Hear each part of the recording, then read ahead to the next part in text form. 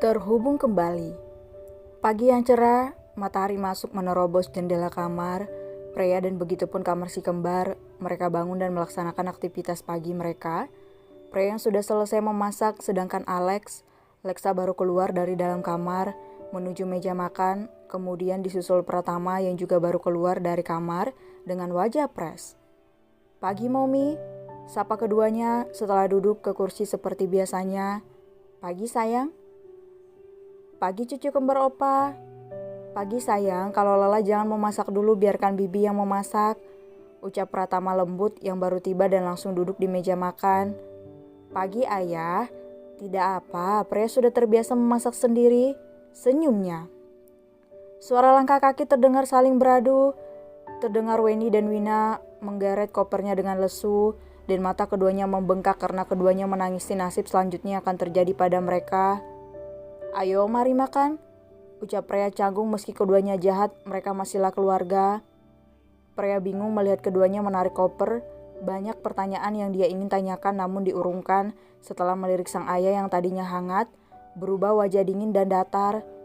Apa terjadi sesuatu di antara ketiga orang itu? Bukankah ayahnya itu masih belum tahu perihal kejahatan Weni dan Wina? Entahlah, Freya juga tidak tahu dan juga tidak mempermasalahkannya.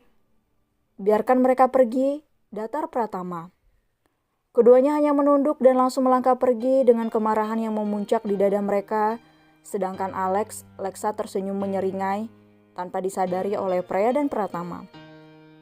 Setelah kepergian keduanya, Lexa masuk ke dalam kamar dengan alasan ada pekerjaan sekolah yang menunggunya besok untuk dikumpulkan.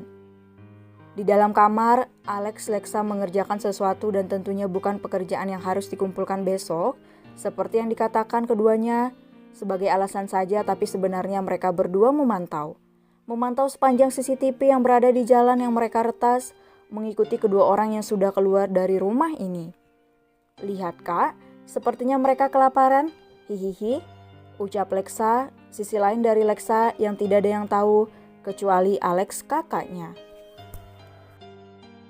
"Biarkan saja, ini belum seberapa dengan penderitaan ketika Momi mengandung kita," nada dingin dengan hawa membunuh yang Alex keluarkan. "Kakak benar, keduanya sudah tahu bagaimana kehidupan masa lalu Momi, mereka dengan cara yang tidak diketahui oleh siapapun kecuali mereka berdua, dan seseorang di belakangnya sudah membantu mereka berdua, bahkan lebih tepatnya mereka meminta bantuan seseorang dengan cara bayaran yang tidak disangka-sangka. Mereka masih melihat layar dengan teliti, dan mereka berdua tidak akan membiarkan keduanya lepas begitu saja. Sedangkan di sisi lain, Ibu, aku sudah sangat lelah." Dengan napas menderu, Wina berhenti berjalan tanpa tujuan yang jelas. "Telepon dia, sayang, sekalian minta tolong siapkan tempat untuk kita tinggal." "Tapi, Bu." "Sudahlah, telepon saja, hanya tunanganmu yang bisa membantu kita." "Baiklah." "Ayah, apa yang sebenarnya terjadi? Kenapa mereka pergi?" tanya Freya. Setelah selesai sarapan pagi, Freya mengajak ayahnya untuk duduk santai di taman belakang, seperti waktu kecil, dengan 2 teh susu serta sepiring cemilan sehat yang dia buat sendiri. "Ayah sudah tahu semuanya, sayang." Suara lembut Pratama tercekat, rasa bersalah itu masih ada karena dirinya tidak mempercayai putri kandungnya. Jadi ayah sudah tahu semuanya?" tanya Freya meski bingung dirinya tersenyum karena ayahnya sudah mengetahui kejahatan Weni dan Wina. "Alhamdulillah akhirnya ayah sudah tahu kebusukan mereka berdua, jadi Freya tidak perlu mengatakan ataupun menjelaskannya lagi." "Sayang, ayah minta maaf padamu. Ayah memang bukan ayah yang baik dan tidak pantas menjadi ayahmu," ucap Pratama sendu dan menggenggam kedua tangan Freya. "Ayah, apa yang ayah katakan tidak perlu meminta maaf. Ini memang salah Freya, bukan salah ayah. Ayah akan selalu menjadi ayah terbaik bagi Freya, dulu ataupun sekarang," sendunya. Mereka saling berbicara dari hati ke hati, dan Freya menceritakan banyak hal pada Pratama. Mungkin karena kesibukannya, Pratama tidak banyak tahu tentang putrinya ini. "Sayang, lihatlah anak kita sudah memaafkanku, batin Pratama yang masih mendengarkan cerita Prea. Sekarang tujuanku hidup hanya untuk putri dan juga cucu-cucuku. Bantu aku dari atas sana sayang, batin Pratama lagi.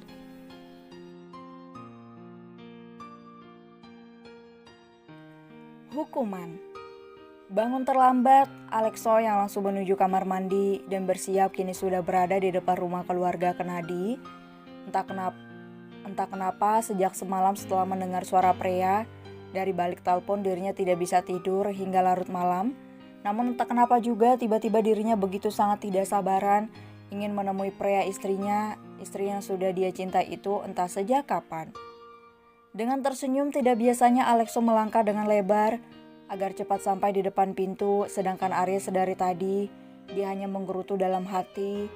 Waktu liburnya yang seharusnya dia manfaatkan dengan bergelung di dalam selimut harus kandas ketika sang bos menelponnya dan mengancam seperti yang diketahui dan Arya hanya bisa menurut. "Assalamualaikum," ucap Alexo dengan suara lembutnya. Arya tertegun sejak kapan bosnya itu mengucapkan salam saat ke rumah orang, biasa langsung masuk tanpa disuruh. "Waalaikumsalam." Bibi yang membuka pintu membuat senyum yang sedari tadi terbit langsung menghilang, berganti dengan wajah datar dingin. Lagi-lagi Arya tertegun dengan sikap Alex yang berubah seketika.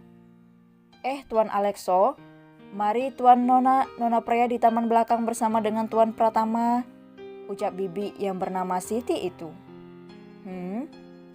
180 derajat berbeda dari biasanya. Aku masih tidak percaya, baru tadi tersenyum dan sekarang lihatlah seolah apa yang diharapkan tidak ada, cibir Arya dalam hati. Alexo melangkah yang dituntun Bi Siti ke taman belakang. Setelah sampai, Alexo tersenyum lembut. Perubahan yang singkat harus membuat Arya harus mulai terbiasa melihat. Pria tersenyum membuat rindunya semakin menjadi-jadi. "Hani," seperti anak kecil, Alexo berlari dan langsung memeluk Prea tanpa rasa malu. Bahkan di depan Pratama yang kaget dengan tingkahnya. Pipi Prea merona, bagaimana tidak? Tiba-tiba sang suami langsung memeluknya di depan asisten dan ayahnya. "Hani, lepas," cicitnya. Prea merasa sangat malu dengan tingkah Alexo yang masih memeluknya erat. "Tidak Hani, aku masih merindukanmu."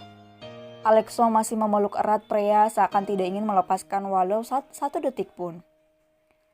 Arya yang sedang berdiri di dekat Alexo terkekeh geli melihat sifat bosnya yang baru saja keluar. Alexo terlihat sangat bucin terhadap Prea. Sedangkan Pratama sangat bahagia bagaimana putrinya diperlakukan seperti itu. Rasa bersalah itu masih ada, tapi untungnya Prea mempunyai orang yang bisa melindunginya sekarang. Seperti lem perekat, Alexo masih terus menempel, membuat Arya yang melihat merasa jengah dan juga jengkel. Sedangkan Pratama sedari tadi sudah masuk ke dalam. "Aku juga mau seperti bos, tapi bagaimana lagi nasibku? Menjadi anak buah harus menuruti apa kata bos meski harus jadi obat nyamuk," batin Arya.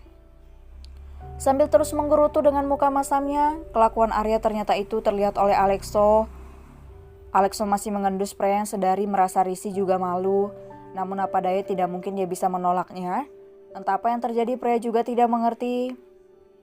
"Makanya Arya, sana cari istri biar bisa mesra sepertiku," ejek Alexo tanpa menoleh yang masih setia melakukan kegiatannya dengan mengendus Prea seperti orang ngidam saja. "Gara-gara siapa aku berada di sini? Seharusnya sekarang aku mencari calon istri," batin Arya dengan muka masamnya. "Jangan mengumpat,ku Ar, kenyataannya kan kamu memang jomblo, bukan salahku. Bukan kalau kamu jomblo?" Seakan Alexo tahu pikiran Arya sekarang.